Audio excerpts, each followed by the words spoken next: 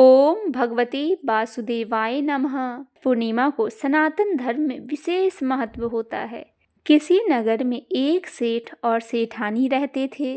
सेठानी प्रतिदिन श्री हरि भगवान विष्णु जी की पूरी श्रद्धा से पूजा अर्चना किया करती थी, लेकिन उसका पूजा करना उसके पति यानी कि सेठ जी को बिल्कुल पसंद नहीं था। इसी कारण सेठ जी ने एक दिन अपनी पत्नी को घर से ही निकाल दिया। घर से निकल जाने के बाद सेठानी जंगल की तरफ निकल पड़ी। रास्ते में जाते समय सेठानी ने जंगल में 4 आदमी को देखा जो मिट्टी खोद रहे थे। तब सेठानी उस आदमी के पास गई और उन लोगों से कहा, कृपया आप मुझे किसी काम पर रख ले। इसके बाद चारों आदमी ने सेठानी को नौकरी पर रख लिया। सेठानी के हाथ पांव बहुत ही कोमल थी, इस वजह से काम करते करते उसके हाथ पैर में छाले पड़ गए थे।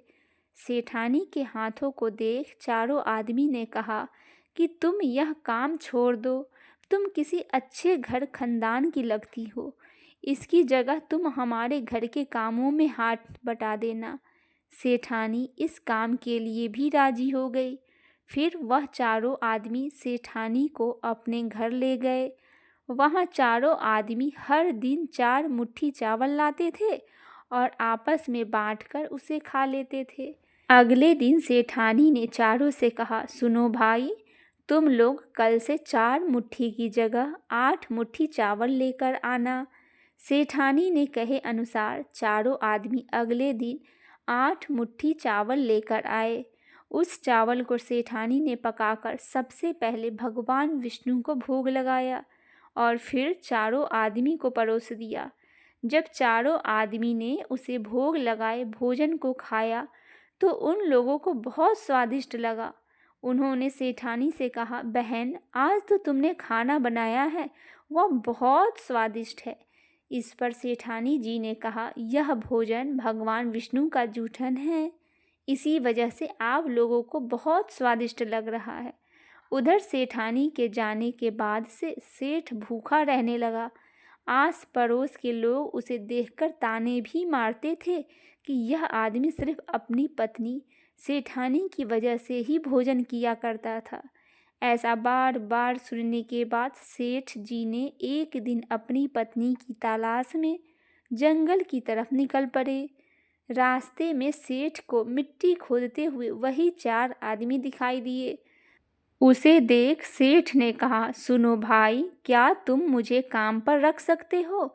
तब चारों आदमी ने उसे काम पर रख लिया, किंतु मिट्टी खोदने से सेठ के हाथों में भी छाले पड़ने लगे, यहाँ तक कि उनके बाल भी उड़ गए। यह देखकर चारों आदमी को सेठ पर दया आई और उसने कहा, सुनो भाई, तुम इस काम को छोड़ दो, तुम किसी अच्छे घर के लगते हो, तुम हमारे घर चलो, वहाँ कुछ कामों में हाथ बटा लेना। सेठ ने उन चारों की बात मान ली और वह उनके साथ उनके घर चले गए। घर पहुँचने के बाद सेठ ने जैसे ही सेठानी को देखा वह पहचान गए, लेकिन सेठानी घूंघट में थी और सेठ के चेहरे नहीं देख पाई। इस वजह से वह अपने पति को नहीं पहचान पाई।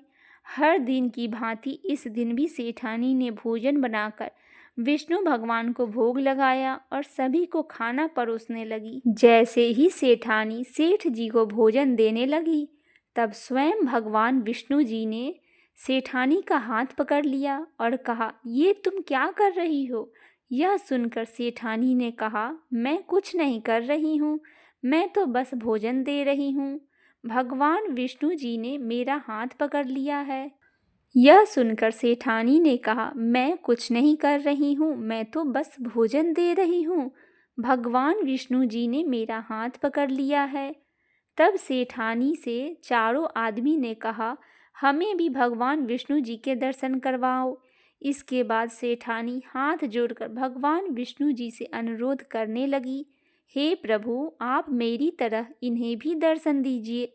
तब भगवान विष्णु जी वहाँ प्रकट हो गए। यह दृश्य देखते ही सेठ ने सेठानी से क्षमा मांगी और उसे अपने घर साथ चलने को कहा। फिर चारों भाइयों ने बहुत सारा धन देकर अपनी बहन को विदा किया। इस घटना के बाद से सेठ भी भगवान विष्णु के भक्त हो गए और उनकी श्रद्धापूर्वक पूजा करने लगे। ऐसा करने से सेठ और सेठानी के घर फिर से धन की बरसात हो गई। बोलिए श्री लक्ष्मी नारायण भगवान की जय। सियापति रामचंद्र की जय।